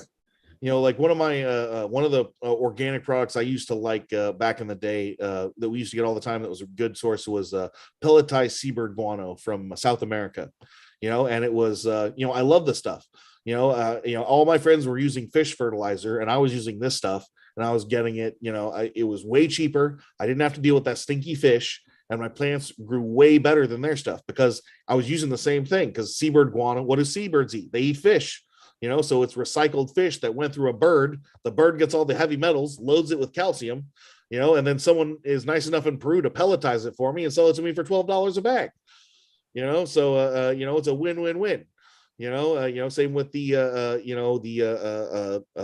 fulvic, and the humic. It's an ancient fossilized material, and over years and years, it's got all this good stuff packed in there. And then either depending on how you extract it, whether you're extracting it for a dry soluble product, or whether you want to get that really fire liquid out of it, it was actually one of the things that made it hard to register was that the way they tested for humic acid was that they extracted the two products, the humic acid and the fulvic acid, and they threw the fulvic acid away, and then they just counted this, and that's what your stuff was. So this wasn't a thing. So you couldn't have fulvic acid. You can only have humic acid. So that's why in a lot of states, full power is still registered as a low molecular humic and not a hydrophobic fulvic. But I think we've got something like 7 states now where we can call it a hydrophobic fulvic, and we're slowly catching up with the rest of them. Hopefully they'll get there relatively soon, but no matter what the bottle says, whether it says low molecular humic or hydrophobic fulvic, if it says full power, that is a fulvic acid. It's just not all states recognize what a fulvic acid is. hopefully they'll catch up sooner than later. But it was so bad back in the early 2000s that anything in my store that said fulvic acid, they'd pull it off the shelf. The Department of Ag in Oregon was about 5 blocks from my store, so they loved coming into my store saying, "Oh, hey, what do we got in here today, Josh?" And, "Oh, this is pulled and that's pulled." And especially with all the, back then it was all the Canadian fertilizers, your advanced nutrients and your stuff like that. Back then it was Zeta and what was the other one? There was another really popular Canadian fertilizer. I think it was BC something, BC Grow and BC Boost and BC Bloom. But it was just your basic NPK fertilizers. But it was from Canada, so everyone loved it. That's funny. It was like when I went to ones, right? Everybody always grabs the Dutch brand ones too. Oh yeah, like when I was in Holland years and years ago, they had just gotten I think it was Botanicare fertilizer and Fox Farm soil, and they were stoked. They were like, "Oh my God, we've got the stuff they're using in California," and I'm like, "Wow, all the people in California want to use BioBiz." It was funny. It's always greener on the other side of the fence. Yeah. So one question on the Bio Supersil, that would there be any reason to mix the full power still with that, or is that already No, it's already got enough fulvic acid in it to where you don't need to add any more full power to it. Even if you're mixing with other nutrients? You can add it in there with it, but if you're adding it, let's say you're adding it in with a water on solution, you can reduce the amount of full power you're using because you're adding Bio Supersil in with it. So if you were going to use full power in a solution at 15 mils and you're going to be adding 8 mils of Bio Supersil, you only need to add another, 7 mils of your full power to get you to the 15 mils of fulvic acid that you wanted to get in the first place. Got you, man. That's cool. Do they have like a availability on these things yet? I see that's a question a lot of people are going to have. That was one I had too. I know you sent me some samples of it, but I don't know if it's getting out there to where. Oh, absolutely. We've actually I've been that's actually my one of my big jobs at BioAg is I got to go out there and sell this stuff to the distributors, so it makes it down to the stores, or if they don't want to take it, then I got to go to the stores and give it out to the people so they make enough demand so that the distributors come to me and ask for it. Right. So I've been doing that process for the last year or so. And we've got 3 major distributors have picked up the entire line, and they're available right now in just about all parts of the country. So I've got a place on the East Coast where it's going to be starting to be available very soon, and I've got 2 distributors on the West Coast that have already got it in stock today. So we're going to slowly get there, and if anybody's having a hard time finding it, just go to the BioAg website and call the number, the 1-800 number at the bottom. If it doesn't go to my office, it'll go directly to my number, and if you can't find it, I'll help you find it. So there's plenty of places that can help you get it through the mail, or if there's not a local store that has it close that doesn't have it, then I can arrange for them to get it. If there's not we're registered in just about every state, and if we're not, we're in the process of being registered there. We've actually got a guy now specifically, that's all he does, is he runs around all day, every day, getting our stuff registered, making sure that's registered all organic, and making sure that's registered in every state we want to sell it in. So we are coming soon to a theater near you. Nice. But it's just getting it out there into the products. All summer long, we're going to be doing vendor days and shows all over the country. So keep an eye out for us. And ask your local hydro store, ask your, tell them to ask their distributor, who's, everybody carries full power, everyone knows how to get it. It's just not everyone's carrying all of our new stuff as well, and I understand, they've got, why do you want to carry Bio Supersil, which retails for $42 a quart when you've got, pallets and pallets of this stuff that is damn near $160 a liter, that's going to replace that. Or you've got these other amino acid liquids, which are $350 for 5 liters, and I got a $20 bag that's going to replace that. So it's just good business for these distributors to, sell what they've got before taking on something that could reduce them. That's just good business. That is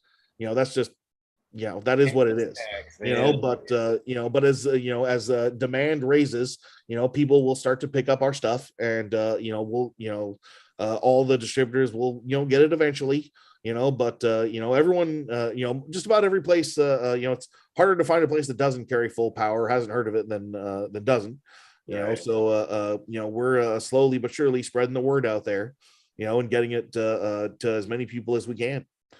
Anybody who's having a hard time, just check out our website, and if you can, we just spent a whole lot of time redoing that sucker, and it's got a ton of information on there. We've got a ton of great videos and testimonials on there, and just a bunch of great information. I know we're going to be having a great section. I don't know if it's currently up, but I know that they've been working on it for a while, where it's a conversion chart on how to take all of our dry amendments and make them into concentrated liquids.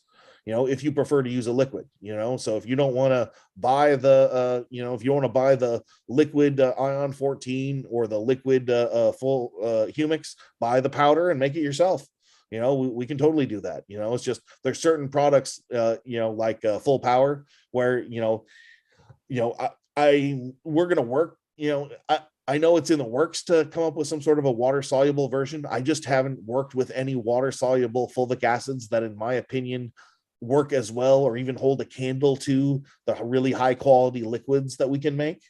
But I just think that's how fulvic acid works. But hey, I would love to be proved wrong, and I'd love to see a powder. I'm all about not shipping water to people. But some people and some farms and some places just like that liquid. It's ease of use. Just drop it right in, drop a tube into it, set your doser to 1 part to 100, and away we goes. Super simple, easy peasy. Yeah, so I was going to say some of the dosers require that too to be in a solution. Concentrated or whatever. But we'll have the information on how to take any of our our powdered aminos and turn that into one of these liquid solutions, just like some of those very expensive solutions. The difference is that those expensive liquid solutions have got stuff in there, preservatives, where your stuff mixed up at home won't. So you got to use it within a certain amount of time, and it'll say that on the recipe, whether it lasts a month, 2 months, or 6 months. But that's the price you pay for mixing, an organic product with a liquid. Something's going to go bad. There is no genetic free ride. There's always a price to be paid. No doubt. So if you want a liquid, you can have a liquid, but it might not sit as well on your shelf. But it can be easier to use. Maybe it can go through your sprayer systems easier. Yeah. You mentioned Ion 14, and that's a little bit different product than the Bio Super Sil. Like, why is there, or what's the purpose or thought behind having the products? The thought behind that is with Bioag, we have 2 different silicas. We've got Bio Super Sil, which is the nanolized silica fortified in fulvic acid, and then we've got Ion 14, which is the monosilicic acid fortified in a humic acid. It's designed for your root zone. Ion 14 was originally designed as a powder by Dr. Faust as a large-scale desalinization product. So it helps desalt large-scale farms. So if you've been growing crappy corn in a field for a long time, you help throw down. Humic acid is already a great soil conditioner. Adding silica in there was just a natural progression in Bob's eyes to add that into the soil, and now you're gonna either make that available food for the plant, or so it flushes away. So you have a healthier, cleaner soil. When everything's said and done. So the idea behind it is that you're instead of using a lot of one, instead of using a lot of one a type of silica, you're taking 2 different types and you're meeting them in the middle. So you're watering with this one once every week or 2, and then you're spraying with this one every week or 2. But if you need to add more later on, like if you want to have, like if let's say you're in big containers and you've been really pushing the envelope for your yield with compost teas and maybe like one of those liquid grow or bloom solutions from like BioBiz or one of those, but you got a lot of buildup in your soil. You can see it in your plant. So you take some ion 14, and you water with that, a couple, 3 times, between, let's say 4 weeks before harvest to 3 weeks before harvest, to help loosen up that salt and that buildup that's happened in your soil. And then you take plain water and you're watering with that as you normally do, and that helps flush away the stuff that the iron 14 help loosen up in your soil. It's kind of like using a salt leaching solution in a hydroponic environment. But it's more for organic salts. There's I actually used a wonderful product from a company. Oh, what was their name? The product was called Spectrum DS, and it's a bacterial based desalinization product for large scale to help clean dirty farm dirt. So I take this stuff and I use it as a salt leaching solution for my organic soil, and in combination with my ion 14, but ion 14, because it has monosilicic acid in it, technically it can never be registered organic in North America, because monosilicic acid can't be registered organic in North America. It can in other countries, depending on where and what it's derived from, but in North America, no. They just categorize it as an orthosilicic. Is that? I'm not exactly sure how they classify it. I just know that monosilicic acid can never be OMRI listed. Okay. Well, I don't think potassium silica is either. So maybe no, it's classified just like potassium silica as a synthetic salt. Okay. Whereas the nanolyzed silica, it is OMRI listed and it is considered 100% organic. Nice. But it just depends on which realm you're going to be in. Whether you're going to be 100% organic or whether you're going to, dip your toe into something that is potentially not an organic element. Right. With certain, especially when you're pushing the envelope with liquids, liquid organic solutions as opposed to living soils, I think that using products like that are absolutely necessary to get the quality that I expect. But with living soils, I don't really have to worry as much about salt buildup, unless I'm reusing my soil, in which case I can blend that in with my soil, use products like Spectrum DS to reduce the salt load, and I'm good to go, plus other products like, different types of wetting agents, using stuff like sprouted seed teas, or if you don't like to do the sprouted seed tea thing, there's always SLF 100 or hydrozyme. Using those enzymatic digesters on a regular basis to help prevent the buildup of salt and sodium in your medium. I find that's absolutely crucial for high quality cannabis with reused soil. Because the salt gets built up so fast. As even with fresh soil that I get with every batch. Sometimes my runoff at the beginning is damn near 2,500, 3,000 parts per million. So I need that something in there to help flush away some of that extra stuff, and so it's a little bit more gentle on my plants, especially when they're really small. So when I'm prepping my highly amended soil for like my 3x3s, I'm going to water them with my enzymes, a good wetting agent, and probably a little bit of ion 14 to flush away some of that stuff there. So when I put that little plant in there, there's not a ton of fertilizer that's there immediately, but after a week or so, that that mycorrhiza is kicking and some stuff starting to go on down there. And it's going to start uptaking some of that food, but it's going to be a lot more gentle than having all of that stuff that's instantly available to it right out the gate. So that way I can use just my highly amended soil. I don't have to work with any blends or adding a soilless mix to it for, a couple of pots, and potentially have to worry about a pH fluctuation or not having enough fertilizer or too much, or this one has more and that one has less. It just makes the consistency in my garden a lot easier just having one bag of dirt. Yeah. And I don't know, I guess a different technique, like I'm not ever flushing like the living soil either, so a lot of that, whatever in my mind's eye, whatever I'm kind of adding in is going to be there, whether it's getting used by biology or used by the plant. Mm-hmm. Kind of the interesting side of it is the effects that it might have on biology, but stimulating them, it should almost do something similar.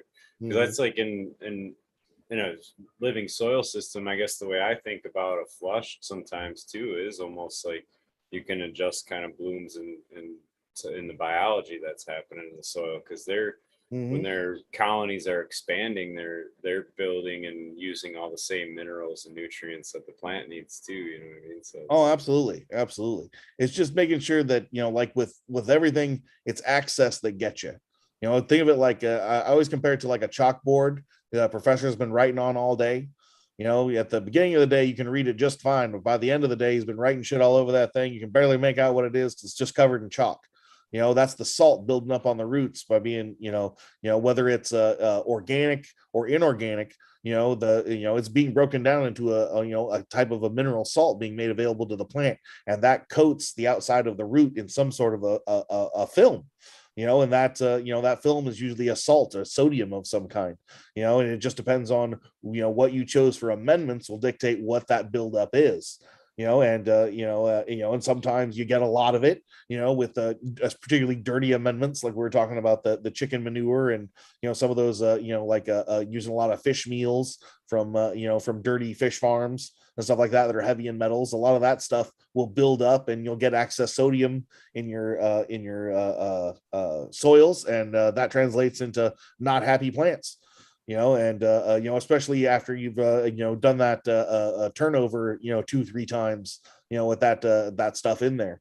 But by using biostimulants and using compost teas on a regular basis, I find particularly using sprouted seed teas on a regular basis, it really helps prevent a lot of the problems that can come with having those things in your garden to begin with. Because a lot of the times they're used in soils and there's nothing you can do about that. And a lot of the time I find some of those products to be beneficial as long as they're sourced ethically. But a lot of the time, if you go down to the local feed store, you're probably not going to find the best quality fish meal that you can, put in your cannabis garden. It'll probably work great for your tomatoes. It'll make them nice and pretty, and it'll be a great juicy tomato at the end, but your cannabis might not taste so hot using that same, a fish meal from the feed store. I'd rather get the higher end stuff, or or my favorite, a crab or shrimp or lobster.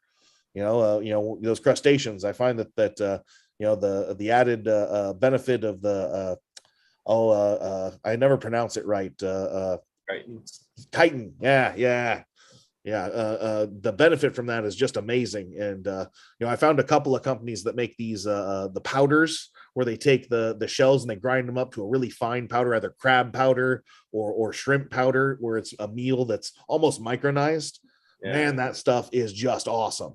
I take a little bit of that and some amino acids and a little bit of TM7 and brew that for 12 hours with a little bit of worm castings. And man, it's just about, just makes them jump every time I hit them with it. I love that stuff. Yeah, nice.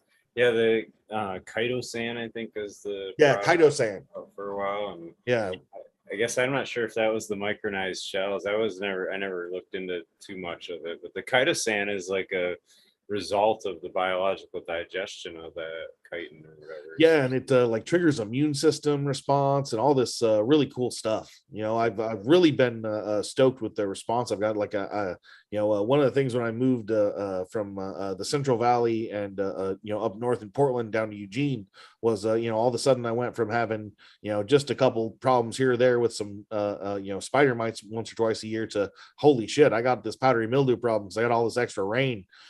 So I found that incorporating more of the silica in with my garden and the crab powder, man, it really turned my garden around. I switched from using the insect frass to over to that, and my plants loved it. It's interesting. So I noticed you sent me a few samples. So I got the cow amino and the multi-amino and the nitrogen. And what I'm wondering, I did see that you had a boron one as well, and I'm just wondering if those are tailored to be used at a specific timing in the plant cycle. Like you mentioned, the multi-amino might bring on bud set earlier. Is that? Yes. It all depends on again the other fertilizers you're using. But the way I describe using them is you've got your the nitro amino, which is a 1400 amino acid. and I use it as my veg booster. So anytime I need to kick them in, I need to make them green. I need to kick them in the ass and get them jumping. That's what I'm going to be hitting them with. If I got those heavy feeders and I'm trying to get them, to stay green and stay happy for me, or if I've got those really gentle feeders and I need to, very gently move them along, I can take a very, very little bit of nitro amino, put it in a foliar spray, and I can spray it on there, and I know they're going to be green, and I know they won't burn. So I can gently touch them with it. I can just kiss them with the nitrogen. Then I've got anytime my plants have been in a container for more than a month, I love to use that calcium amino because it adds a good amount of calcium to my soil, which is, a lot of it's depleted at that point, especially if you're going into a bed or a raised bed or recycled soil. So I really find that having that combination. In fact, one of the things that I want to work on is a kind of a soluble amino acid CalMag, where it's got the calcium, magnesium, and a little bit of iron in there. But that one thing at a time. but I find that by supplementing that, after I've been in any container, whether it's a small container and I've been there for 2 weeks, or whether it's like a larger, 5 gallon to 15 gallon, after I've been in there for a month, if I start incorporating the Calmino once or twice a week, at half to quarter strength, I can stick out in that container for an extra half a month to a month that I couldn't have done without it. Where my plant stays nice and healthy and green. Sure, I'm going to get root bound and spun out in the pot, but you're not going to be able to tell by the top of the plant. It's not going to yellow. It's not going to purple stripe on me. It's not going to get pissed off leaves. As long as I can keep up with the watering, I can keep it in that container as long as I need to. And then what I was wondering about that, it's like 10% calcium, and I'm just like, well, you're saying watering into the soil. I'm wondering if that calcium is reactive at all with because on the cation exchange spots, it can bump off potassium, and there's different things. Because it's because of the way they make the amino acids, it's already broken down. It's already available. So when it gets watered on, it's right in there. All right. So it won't, to my knowledge, it won't interfere with any of your other uptake. If there's one thing that we learned from Nectar of the Gods fertilizer, you can never use too much calcium. Okay. Well, I mean, to a certain extent, it's just a certain extent, balance it, at a time. Because what I've learned is it's a balance. It always kind of comes down to like a balance when people talk about that. There's like a calcium to potassium ratio that there's. Especially in a living soil in bloom. And when that gets thrown off, that's why there's that misnomer that you can't get good yields in a living soil or with organics. No, it's that your balance of calcium and usually your pH is off. And a lot of the times you have too much salt, in your medium, by the time you get to the end of your cycle, and if you can, balance that out, I find adding soluble microRhizae and having using products like TM7 is one of my favorites. For loosening up that middle number and making it available the whole time. But I'm only using it again. If I use it, let's say 7 times in a whole plant's life, that'd be me using it a lot. And that's a product I only need to use it a quarter of a teaspoon per gallon. Every using it every 2 weeks would be using it a lot for me. But every time I need one of those effects, I got something in my toolbox that I can use. And if I know I need a lot of it, I can take something like soluble microRhizae. I can take that and a tiny bit of some sort of organic pea, like a seabird guano or a mineralized rock phosphate, something that's available, and mix all 3 of those together and really loosen up what I've got in the soil and make it more available now. But it just depends on if I'm dealing with something that's outside that needs a dramatic amount of a food and a big effect right now, or something that's inside which needs much more of a gentle nudge in that direction. And that's what the aminos I really like about it. You can, it's not only a sledgehammer, it's a light tap. It can be a tack hammer, not just a sledgehammer. Whereas a lot of the nitrogen out there, it's a sledgehammer, man. And once you hit it, you can't take it back. Once you use that feather meal once, man, it's in there, and you're going to taste it later, right. And I've done that too many times where I'm like, man, I'm stoked how this looks. I'm very not stoked on how this tastes. So where would you apply the multi-aminos then? The multi-aminos in particularly with recycled soil, I like to use that about once, if I'm not using my my compost teas on a regular basis and I'm just hand watering on biostimulants, I'll use it a little bit more heavy in my later veg and my early flowering. But I'll pretty much use a product like it or TM7 about once every 2 to 3 weeks throughout my veg and early flowering, unless I see a deficiency in flowering that needs adjusting. Or if I do a soil test and I find I'm deficient in one of those things, that's what I'll use to bring it back into variance. Like you brought up we've got another product called Boroamino, where it's a boron supplement. Oregon soil is naturally deficient in boron. So as one of the first products we brought on for the farmers here in Oregon, we brought on the soluble boron because a lot of farmers here in the valley, Willamette Valley, need that extra boron. And boron is a particularly hard to use, very dangerous supplement. Soluble and boron is one of the few elements that goes right through your skin. You got to be careful as hell with all boron supplements. Even mine. You make sure you wear those gloves. And be this said with any powder, any powder, be it organic or not, you need to wear gloves. You need to wear a mask. You need to wear eye protection. This stuff is not to be played with. You will absolutely make yourself sick if you do not respect it. I've done it to myself in the past, by not wearing a mask, working with insect frass. I gave myself a lung infection. I got bacterial pneumonia, was coughing up blood and shit, sickest I ever been. You never want to be there, and you get it all the same way by not wearing a mask and not, protecting yourself when you're using, powders. Powders are dangerous. It doesn't matter if it's amino acid, doesn't matter if it's calcium nitrate, respect that stuff and respect it by taking care of yourself, and that's wearing gloves, a mask, and glasses. Never ever let that stuff touch your skin, and when it does, you wash it off immediately. But like I was saying before with the amino acids, with the boron, we can have just about every and any type of micronutrient in an amino acid. So like we're going to have a magnesium amino acid. I'm going to have a magmino. I'll have an iron amino. I'll have a cal amino. Or I have a cal amino. I'll have a copper amino. So I'll have them in just about every micronutrient that's available. And I'll also have them in several different blends. Like we'll have a blend for blueberries. We'll have a blend for corn. We'll have the micronutrient blend we have right now. That one's designed for cannabis and for corn. So that covers 2 crops in one. But that profile works great for that. Whereas the profile with our TM7 and Cyto Plus, it's more of a specific to a microbial stimulation, whether that's in a compost tea, raw compost, or in your organic soil. That's what it's going to do. It's going to feed those microbes. So if you're using mycorrhizae and living soil, you feed that living soil with those products, because it's just pure food for them. They're going to metabolize that, and whatever is the dominant species of mycorrhizae and bacteria in your soil, it's going to eat that stuff up and it's going to love it.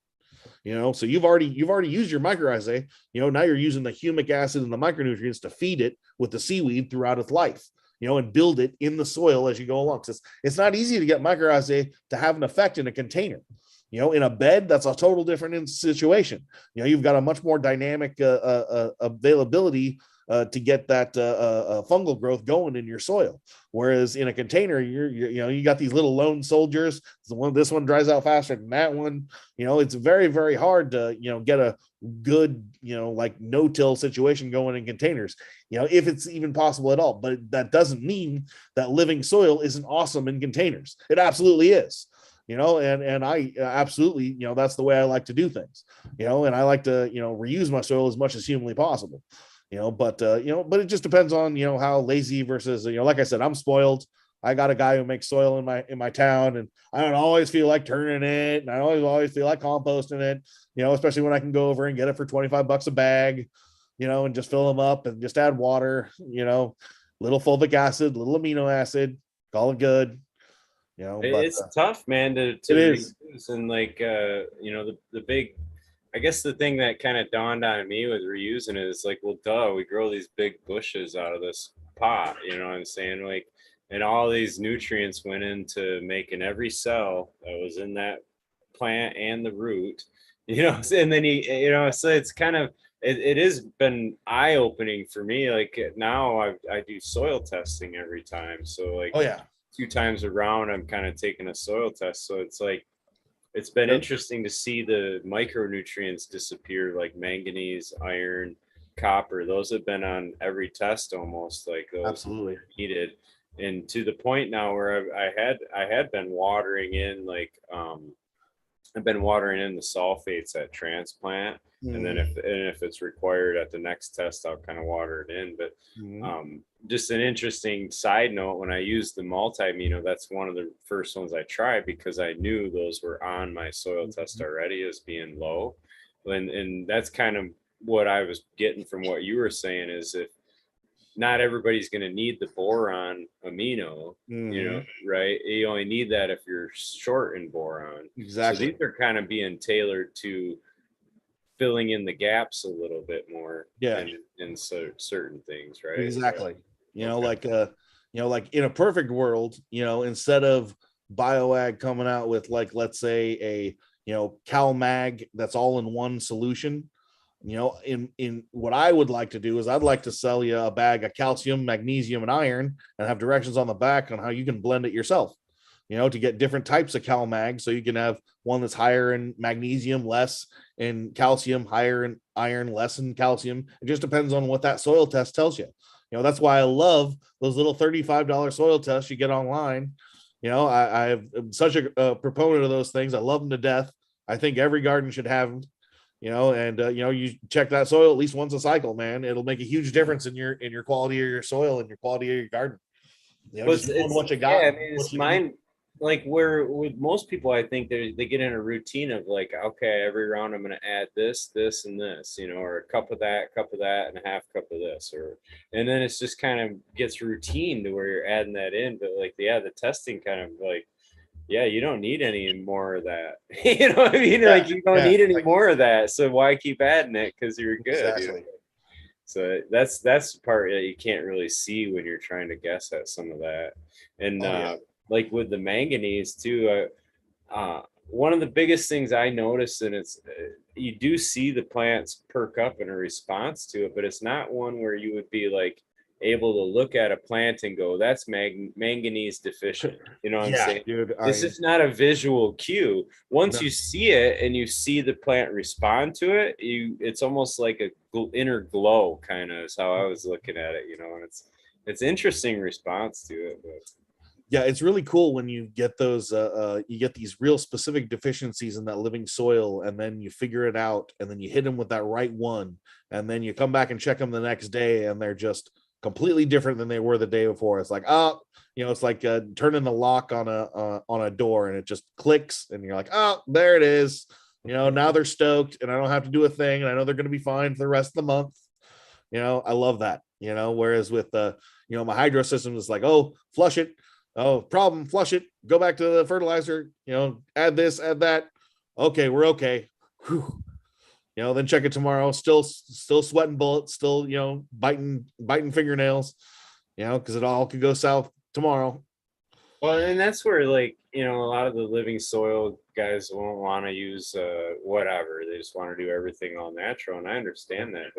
But in a lot of cases, you can jumpstart systems like what you were just saying. If it's almost like hitting the key to the lock, right? If you get Oh, everything absolutely. right in it, and what you give them, what they were missing, it's that law of minimums. So you're only gonna hit production to your lowest minimum input. Well, I hear a lot of like no-till guys talk about, why I quit the bottle. I don't buy any liquid bottles. Well, I kind of like that. I like your admiration. But I want to see you quit the right bottles. I mean, certain bottles are fine. But I don't want to see you buying 270-gallon totes. I want to see you buying 5-gallon jugs. I want you to use it as efficiently as you can where you need to. It's not how much you can use, it's how little you can get by with, and using it as efficient as you can. The wastefulness in cannabis farming is just incredible. It's been a huge problem in our industry for years and years and years, and it's finally starting to be addressed in some way. but the amount of waste that they use, the overuse of potassium and phosphorus, the overuse of nitrogen, the amount of runoff that these people, the amount of rock wool that they're throwing into the garbage, even when they recycle half of it. My goodness, 10,000 rock wool blocks every week going into the garbage. On top of 50 bags, on top of, you have to put a plastic tag on every single plant, and at the end of the year, you got a 600-pound box full of tags that you had to tag all your plants with in a relatively small garden. It's freaking disgusting. Right.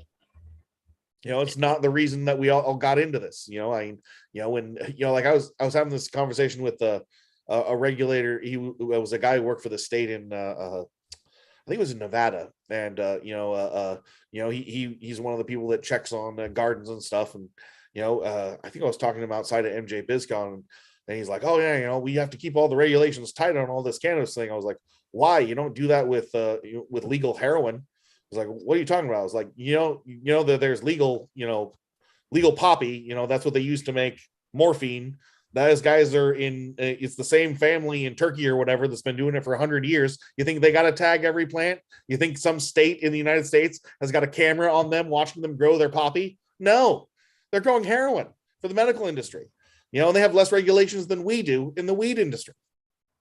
Yeah, it's ridiculous. Disgusting. The politics of it's going to be an ongoing battle. It's always been. Always. We've come a long ways, though, I think. Absolutely. In a lot of respects. So I do appreciate all the people that stay on the forefront of that, because that's I know they pull sneaky tricks, and we got to have our people at our watchdogs, so to speak, for that. Yes. So it's always good. And one thing I've been kind of curious too, do you guys do anything in the realm of like a potassium, or what would you consider like a potassium type supplement? A lot of the times, it depends on what you're trying to get for your potassium, whether you're trying to source the raw available potassium, or whether you're trying to get the potassium that's already in your soil made available. A lot of the times potassium is used at a very much access, even in organic gardens. A lot of the times you already have a ton in your soil. It's just about it's just hard to make it available, but there's specific things you can use to make it available in, that are biostimulants, using mycorrhizae, fulvic acids, and fixed microbes are three of my favorite ways of making what little you have work as efficiently as you need. But as far as like a water soluble, like amino potassium, from what I understand, that element will not work that way because of its charge, from what I've been told. But I don't quite understand that, so I don't want to speak on that too much. But when I'm looking for that middle number, it used to be, it was all guanos. That was my favorite source, but that wasn't very ethically a good thing to do, because of the way that they harvest those mines. So that's not a great thing to do on a big scale. Even though it's I love the results I get from it, I had to give up my back guano. But seabird guano is readily available, and they can mine that in Peru without damaging any natural habitats or hurting any things like they do with the bats. So I have no problems using seabird guano that's high in P. That's one of my favorite sources to use. There's another company that makes a product. I'm not sure where they source their P from, but I've used it in the past, and it's I know they use a couple different types of aminos in it. I believe it's available from Soil Builder, and it was like a 2-11-2, and it was some sort of a water soluble bloom stimulant. It worked fantastic. I really was stoked on it. I think it works great, but I love those Build a Soil guys. I think they do some great work. They're really nice. Cool. Yeah, he is. A lot of that's spurred a lot of more people into organics and like dry amendment type stuff, and so absolutely. So he was putting out a lot of info on that. That's great. Yeah, I got I was like I said, I was originally a hydro guy. I'm an organic soil convert. But I just and I would have never admitted it years ago. I was all about, hydro's better, and soil's dirty, you get the bugs, and it doesn't yield right, and after you do it long enough, you're like, wow, this is just so much easier, and I'm getting the same yields or better than I was getting before, and damn it, I'm just not working as hard. I still bust out the hydro system at least once a year or so, just to tinker with it in the wintertime. But 9 times out of 10, it's all living soil. Just because the biggest thing that I noticed with my garden was the shelf life of my pot. When I was using chemicals with my outdoor, halfway through the next year, my stuff turns to hay. My organic stuff, if I jar it properly, I got stuff from last year that's just fine today. I got stuff from the year before that's almost good. I just really couldn't believe how much it changed my garden, switching it from a mostly mineral based to all organic living soil system, made in how long it lasts. How quickly it loses its color, how quickly it turns brown and loses its flavor and turns to that just generic hay smell. And then incorporating different. Oh, I'm sorry. Go ahead. No, I was just gonna say one of the things I was wondering too, like just kind of popped in my head. Sorry to shift the topic again, but that's okay. But Harley Smith was always talking about amino acids. That was one of the first guys I really heard talking. And he's I forget the company now, but they were doing a dry amend too, and one of the benefits he talked about was the rate of calcium uptake improving, and I'm just wondering if that's something that you would have to supply that extra calcium. Is that one of the ideas behind the cal amino too? It's like, from what I understand, the amino acids themselves have got a relationship with with most elements that they make them more available. Just like a humic acid does, there's some sort of an effect there that I'm still learning and I don't quite understand it. But from what's been explained to me, it will complex calcium, nitrogen, phosphorus, and several different types of micronutrients, just like a humic acid or a fulvic acid will. Not to the same degree, but if you were to use that, it's not relying on any one thing for your uptake. So it's not just relying on the mycorrhizae in your soil. It's not just relying on your compost teas. It's not just relying on just fulvic acid or just humic acid or just amino acids. It's a combination of all of these elements used together, in little bits that add up to a whole big result at the end, to where you're not overusing any one thing and paying the price for the overuse of that one product. So you're never, nature hates it, monocrop or individual solutions for anything. You got to have multiple solutions and multiple answers for everything. Like when I'm building a soil, I never have one source of anything. I have at least 3 sources of everything: 3 sources of nitrogen, 3 sources of phosphorus, 3 sources of potassium, 3 sources of micronutrients, 3 sources of calcium. And sometimes it's products that double up that I was going to use anyway. Sometimes it's not. But that way you make sure you're not missing anything. And then you stack those together depending on, whether you got a long-term soil, whether that's going to be going outside or whether it's going to be something short-term indoors, and you need those to burn out relatively fast. Or if you're going to reuse it endlessly, you just go for what's going to last the longest, build that stuff tight and, make sure your worms are happy, and off to the races we go.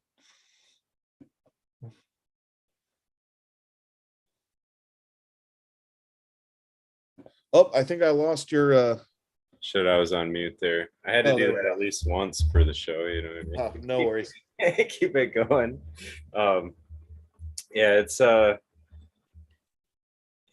amino acids, like I guess in my mind's eye, like a lot of that stuff in a cell has to go across an electrical barrier almost. And the way I was kind of picturing it in my head is that certain elements have electric charges to them, almost like a magnet would. And some of these chelating agents are kind of almost like covering up the one repelling part of the magnet so that it can be pulled in easier. It can go across that and I know that's not at all accurate to how it No, happens, but it's that's kind of my like picture in my head. You know yeah, what I'm saying? or it's Like, like a gear, and that gear grabs onto elements that attach to it, and that's what drags it through. yeah, That's how Bob used to describe humic acid to me simply. Because that was the one thing is I could always get a good explanation from Bob, but I was like, okay, now I got to explain that to someone who doesn't understand anything you just said. Okay, so now explain it to me like I'm really dumb. Stick figures, go. And that's where me and Bob kind of met in the middle. Is I kind of took his science and helped bring it down to where I could explain it to just about anybody from Salem. yeah, They could get it. But I noticed that when I started selling stuff in my store, people that were unsuccessful gardeners were using less fertilizer to get much higher quality, and all of a sudden they're growing better stuff than the guy who brought them into the store, because they're just following the directions, and they're simply paying attention to their plants and not following this recipe that's become dogma in their life because the feeding chart says I must do. So it says today that I'm using A, B, and C at X, Y, and Z, and that thus it says, and thus shall it be done.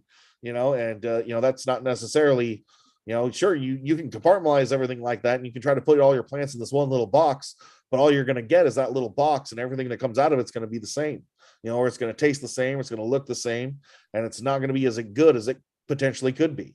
The yeah. whole point of this is to get as good of genetic expression as humanly possible, with as high a quality and best flavor as you can get, without poisoning you or your friends. So under that mindset of like how I was describing that, is that indicate if that is how it works? Is that kind of how it? So the organic acids are getting used up, is what I'm kind of getting at. So as the plant's taking up nutrient, it's using up the organic. They're not just like there, because like I know an Well, enzyme like can multiple like thousands and thousands of reactions it can catalyze. Is that similar with a with like the with the fulvic acids, they're relatively there and they're gone, so you have to reuse those on a very regular basis. Whereas with the humic acid, you can use a portion of it is insoluble, and it's designed to be that way, so it goes into your soil, adds carbon to it, and helps feed those microbes and sticks around. So it helps hold on to that. That's where the soil conditioning part of humic acid comes into effect. Where it helps stick together better, and it helps hold on to those stuff like nitrogen. So it's used slowly and available, so it's not flushing into the water and being wasted. So you get the full use out of it without overusing it. Gotcha. Awesome, man. I think we covered a Cool. wide range. We're a couple hours deep in here. I don't know if there's anything. So. I know I did want to say you were mentioning that you guys were building a new facility or a new building at the yes. We're bringing everything under one roof. Right now we've got two separate facilities, one for our liquid products and one for our powders, and we're going to be bringing that all under one big beautiful roof here, hopefully in the next year, as we slowly get everything put together. Building industrial stuff is not a fun task. The buildings go up very quickly. It's just getting the guy to sign the paper so you can get okay, first we need the foundation, and then we need the electricity, and then we need the water. And once those four guys can all meet together and get something going, then you can put up the building. But yeah, we're working on it. Hopefully we'll be there by this fall. But as soon as that happens, it'll help a world with all our new products. And this is just the beginning. We've got a whole bunch of cool new biostimulants coming. It's all going to be along the same line. It's either going to be, we got a couple more of the stuff like humics and stuff like that, but everything after that, it's going to be all really cool biologicals, different living stuff, be it fixing bacterias and different types of stuff like that. But very, very cool stuff that I can't wait to tell you about. That is going to change a lot of stuff if it works. I'm either going to have a really good story about how it didn't work and a very funny story on why it killed everything, or I'll have a great story on how it works awesome. One of the two. but we got some really cool stuff coming down the pipe for biostimulants, and we're going to keep on coming at it. You know, we've had the same about I think 6 or 7 products for about 15 years, and this year we added about a half a dozen, and we're going to add more and more coming up. You know, and we're going to keep on focusing on high quality biostimulants that you've got plants you like to grow, and you know the fertilizer you like to use with them. We're going to help you use it better. We're going to help you use it more efficiently. You know, so either you get more out of your product or you get more quality out of your plant. You know, either way, we'll help you get there. Nice, man. Do you want to shout out the Instagram or ways guys can get a hold of you? We've got I'm so not good at the social media. We've got our bioag. I'll shout it out for you. It's the Yes, please do. OG bioag or OG underscore bioag. That's the official one that I found. Yes, thank you. If you want to check out any of our fantastic products, I know that they're available through Spare Time Supply, and they're located in Willits, California. I know they're also available through a company in Milwaukee, Oregon called Concentrates, and they ship all over the country, and they'll be glad to have your business if you look them up. You know, but that was Concentrates in Milwaukee, Oregon. Well, we got 85 watching right now, and there's a few of them asking for if there's samples available or for anything. There are some samples available. I would say talk to your local store and have them contact BioAg. You know, we've been sending store kits out all summer long, and I'll be sending out more of them. You know, if you have a vendor day that's real popular in your area, you know, where a lot of people show up, I'd be glad to show up and give out samples and talk BioAg stuff. You know, so get a hold of me. I'm available all summer. You know, I'll be out there at the shows. Come and see me at MJ BizCon in the fall, and definitely come check us out at the Willett show in August. You know, we'll be doing the vendor day at Spare Time Supply. They've got a fantastic show on the weekends. I believe it is in mid-August. I believe I want to say it was I don't want to get it wrong. I'll say the 12th or 13th, or the 13th and 14th of August. But come and check us out. You know, we'll hang out and have a good time. Awesome, man. I'll let you sign out, and then I'm gonna close the show out or whatever. And I definitely appreciate your time. And hey, no problem, man. I had a great time. Awesome. I appreciate that. Cool. Thanks, man. I appreciate everybody hanging out and for the organic takeover here, and we'll probably shut her down and fire up a wormhole or weed nerd world and get things kicking off. Big fan of Dr. Faust, big fan of Josh for coming on and talking about some of this stuff. I hope you guys do get some samples of it or whatever, but I was pretty excited. It's just in the realm of the silica world, so pretty awesome. And seemed like there was something else genius I had to say, but I can't think of it now. I'm losing my train of thought. But anyway, I hope everybody has a great rest of the week, and I hope you guys can do something to help somebody around you. And hope Johnny's feeling better out there. I heard he came home today, so shout out to that. And I appreciate everybody